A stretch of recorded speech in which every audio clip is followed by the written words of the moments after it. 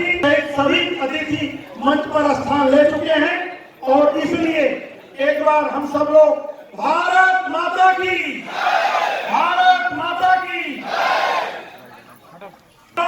हम लोग कार्यक्रम को आगे बढ़ाते हुए एक बार जो है कि वंदे मातरम, वंदे मातरम, सुजलाम सुफलाम मलयज शीतलाम स्वस्य श्यामलाम मातरम, वंदे मातरम भाषिणी सुमधुर भाषिणी सुखदां वरदां मातरम, वंदे मातरम, वंदे मातरम।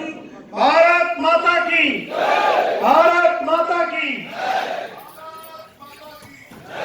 मित्रों, नेता आदरणीय दिनेश तिवारी जी से आग्रह करता हूं कि आए और माननीय पार्टी के वरिष्ठ नेता राज्यसभा सांसद माननीय दिनेश शर्मा जी का पुष्पगुच्छ लेकर के स्वागत करेंगे। मित्रों, बहुत ही सौभाग्य का विषय है कि आज जो संगोष्ठी यहाँ आयोजित हो रही है उसमें अपने अतिथि आ चुके हैं। मित्रों, जैसा कि विदित है कि दिनांक 17 सितंबर से लेकर के 2 अक्टूबर 2024 के मध्य भारतीय जनता पार्टी पूरे देश में, पूरे उत्तर प्रदेश में सेवा पखवाड़े के रूप में मना रही है।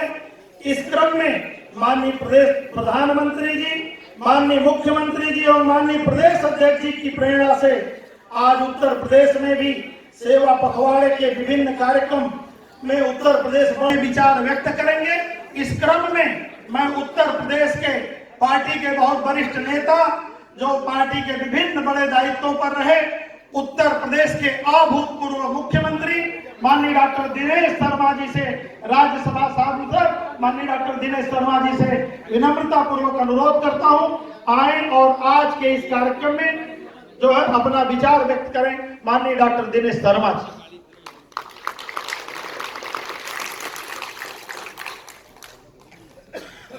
मेरे साथ आप जोर से बोलेंगे। महात्मा गांधी अमर रहे, लाल बहादुर शास्त्री अमर रहे।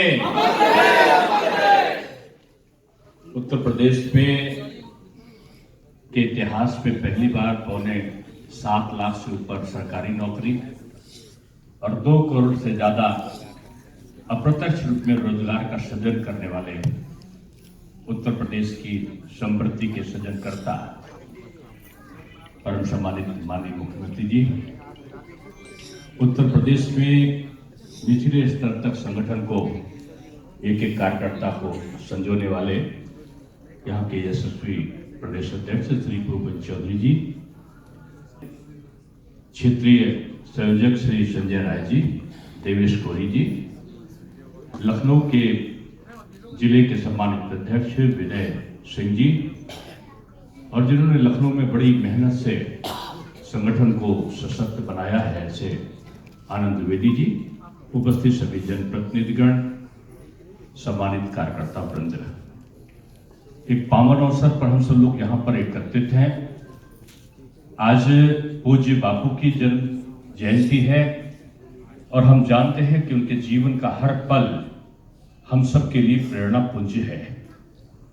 मैं एक छोटे से वृत्तांत के साथ में शुरू करता हूं कि एक महिला अपने बच्चे को लेकर बापू के पास में आती है और बोलती है, बापू इसके दांत में दर्द है, कुछ दवा बताओ।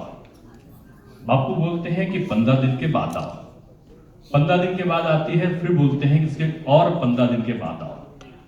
1 महीने के बाद जब महिला पहुंचती है तो बापू बोलते हैं, बेटा गुड़ मत खाना, गुड़ खाने से तुम्हारे दांत में दर्द हो रहा है। महिला चिल्लाती है और बोलती है कि बापू आप 1 महीने पहले अगर कह दिए होते तो शायद मेरा बच्चा पहले ठीक हो जाता है। तो उन्होंने कहा, बहन मैं 1 महीने पहले तक स्वयं गुड़ खाता था, अब मैंने गुड़ खाना छोड़ दिया है, इसलिए मैं कहने का अधिकारी बना हूं। आज की राजनीति में शुचिता, नेतृत्व का यह स्वरूप कि हम जो नहीं करते वो जनता से कहने के लिए हम अधिकारी नहीं बनते। महात्मा गांधी ने इस देश की आजादी में एक नई विधा अहिंसा का आंदोलन के द्वारा यहाँ पर स्वराज स्थापित किया और आदरणीय लाल बहादुर शास्त्री जी जब पूरे देश के प्रधानमंत्री बने, आदरणीय सिद्धार्थनाथ सिंह जी उनके परिवार के भी हम लोग के सम्मुख थे, तो उन्होंने एक सादगी का व्यवहार प्रस्तुत किया। मेरे घर के पास में उनका समधियाना था एक गली के अंदर जज साहब की कोठी पर, और वो प्रधानमंत्री रहते हुए जब आए तो अपनी प्राइवेट मोरिस गाड़ी से वो एक ड्राइवर और वो प्रधानमंत्री देश का और एक सिंगल गाड़ी से वो अपने समधियाने पर मिलने आए। उनकी तबीयत खराब थी, उनके समझे की लोगों ने कहा कि आपने ऐसा क्यों किया, तो उन्होंने कहा कि मैं अपने प्राइवेट काम से गया था, इसलिए सरकारी साधन का प्रयोग नहीं कर सकता था। जीवन में आदर्श की स्थापना इस भारत राष्ट्र की मजबूती के लिए आगे बढ़ने की संकल्पना के साथ जो राजनेता हमारे चले, उन दोनों की जयंती का संयोग आज ही है। इसलिए मैं माननीय मुख्यमंत्री जी का साधुवाद देता हूं कि उन्होंने अपने व्यस्ततम समय में भी उत्तर प्रदेश भी देखना है और हरियाणा भी जाना और तमाम जगहों जाना है, उन्होंने पूरा माननीय प्रधानमंत्री जी के उद्बोधन का एक एक वाक्य सुना और आज लखनऊ के तमाम कार्यकर्ताओं के साथ में हम लोग गांधी जयंती और शास्त्री जयंती के उपलक्ष्य में यहाँ पर हैं। माननीय प्रधानमंत्री जी ने के ऊपर एक बाल सुब्रमण्यम जी रहे हैं जो हमारे कार्यालय में बहुत समय तक कार्यालय का संचालन करते थे। आदरणीय मोदी जी के जीवन से वो बहुत निकट से उनसे परिचित रहे हैं।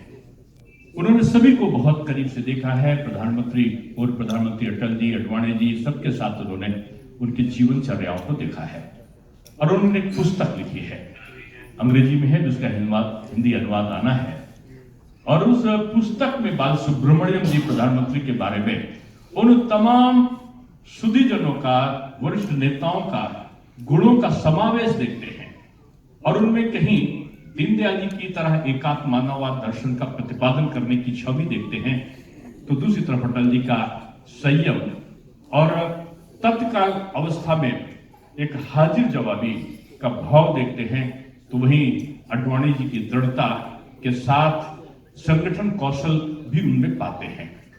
बाल सुब्रमण्यम जी का फॉरवर्ड लिखा है, किसी ने उसकी प्रस्तावना लिखी है, एक मैं नाम भूल रहा हूं, कपूर साहब ने, तो उन्होंने उस समय का वर्णन किया है उस पुस्तक में कि उनके पिताजी यानी जो फॉरवर्ड लिखने वाले उस पुस्तक के हैं बाल सुब्रमण्यम जी द्वारा लिखित, वो अपने प्रस्तावना में लिखते हैं कि मुझे उस समय याद है जब मैं उत्तर प्रदेश के पूर्वी जिलों में मैं रहा करता था, रात का अंधेरा होता था, रात के अंधेरे में जुगनू आता था तो लगता था कि प्रकाश आ गया है। एक कच्ची पगडंडी पे दौड़ते हुए लगता था कब कहां कौन गिर जाएगा, और फसल नष्ट हो गई तो लगता था कि सब कुछ चला गया है, अब कुछ बचा नहीं है। स्कूल कहां होगा इसकी कल्पना भी हम लोगों के बचपन में नहीं हुआ करती थी। आज गांव की पक्की सड़कें इस बात की गवाह बन रही हैं कि ये भारत 10 सालों में बदल गया है। आज गांव की आईवी लाइट, गांव में हर घर में गैस का चूल्हा और शौचालय का निर्माण और पक्के मकान शायद गांव और शहर की दूरियों को कम कर रहे हैं। बाल सुब्रमण्यम जी की जो धारा प्रवाह लेखनी है वो इन तमाम बिंदुओं को इंगित करते करते वो प्रधानमंत्री जी के निकट पहुंचती है। एक साधारण दिनचर्या का उनका वर्णन करती है और उस प्रधानमंत्री के उस युवा स्वरूप का वर्णन करती है कि एक संघ कार्यालय होता है अहमदाबाद का, और उस कर्णावती के उस संघ कार्यालय में एक नौजवान जिसकी आंख में चमक है और चमक के साथ कुछ काम करने की ललक है, वो जरूरत पड़ती है तो चाय भी बनाता है, जरूरत पड़ती है तो पोछा भी लगाता है, जरूरत होती है तो संघ की शाखाओं को भी लगाता है, और जरूरत होती है तो अर्थार्जन के लिए वो रेलवे पर चाय बेचता हुआ भी दिखता है। लेकिन भारत माँ की, राष्ट्र की मजबूती की संकल्पना उसकी आंख में है और वो व्यक्ति धीरे धीरे आगे बढ़ता हुआ एक कुशल संगठनकर्ता के रूप में भारतीय जनता पार्टी या उससे पूर्व जनसंघ में काम करते करते वो तमाम ऊंचाइयों को छूता है। और उन्होंने आखिर में कुछ वर्णन करते हुए इस पुस्तक में बड़े मार्मिक शब्द हैं, अगर आप उनको पढ़ोगे तो लगेगा ही नहीं कि हमने शुरुआत कहां से की है और अंत कहां से की है। वो उस दृश्य का वर्णन भी करते हैं कि जब एक तरफ हमारे 10,000 से ऊपर विद्यार्थी गिर गए और यूक्रेन से पहली बार हुआ कि भारत के कैबिनेट मंत्री युद्ध के मैदान पर अपने जहाज को लेकर उतरे और उस जहाज पर भारत ने दुनिया के तमाम देशों के जो घबराए हुए नागरिक थे वो भारत से सुरक्षा की मांग करते हुए वहां से वापस आए। और वो कहते हैं कि एक तरफ रूस की सेना थी और दूसरी तरफ यूक्रेन के लोग थे। मोदी जी का फोन रूस के राष्ट्रपति पर और दूसरी तरफ जेलेंस्की यूक्रेन के राष्ट्रपति पर पहुंचता है और जिस गाड़ी पर झंडा है तिरंगा उस पर गोली नहीं चलेगी कि बात दोनों से होती है। अब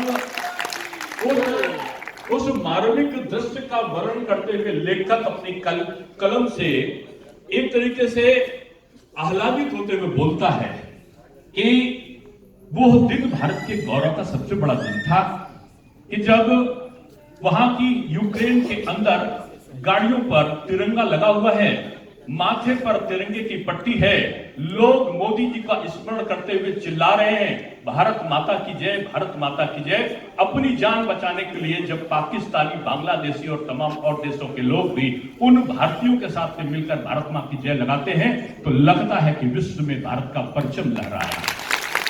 एक अनोखी कथा एक लंबा वृत्तांत है और उस लंबे वृत्तांत को मैं समझता हूं हर व्यक्ति को, भारतीय जनता पार्टी के कार्यकर्ता को जानना चाहिए।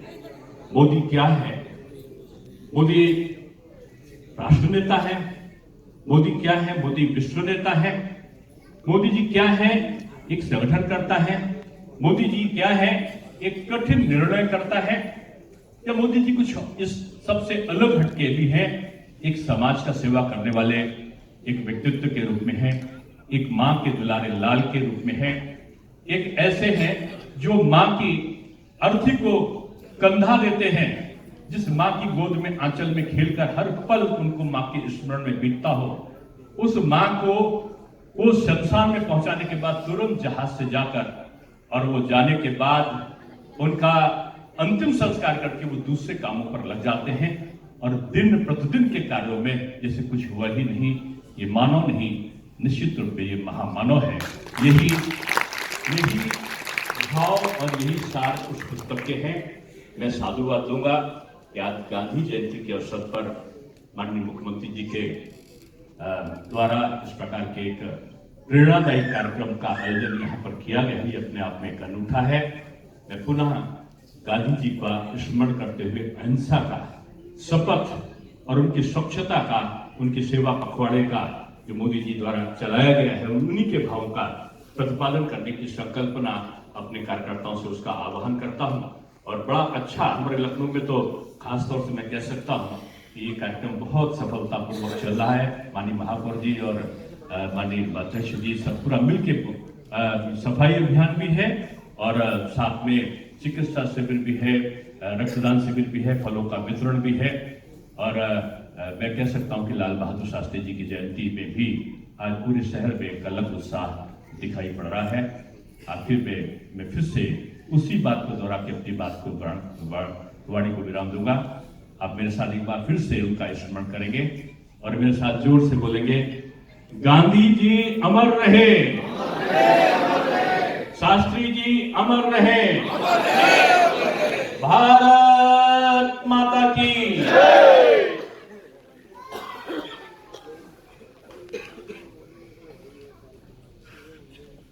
बहुत बहुत धन्यवाद माननीय डॉक्टर दिनेश शर्मा जी। मित्रों, बहुत ही सौभाग्य का विषय है। इस समय मध्य प्रदेश के प्रभारी माननीय डॉक्टर महेंद्र सिंह जी, इस लखनऊ महानगर की आदरणीय मेयर श्रीमती सुषमा खरकवा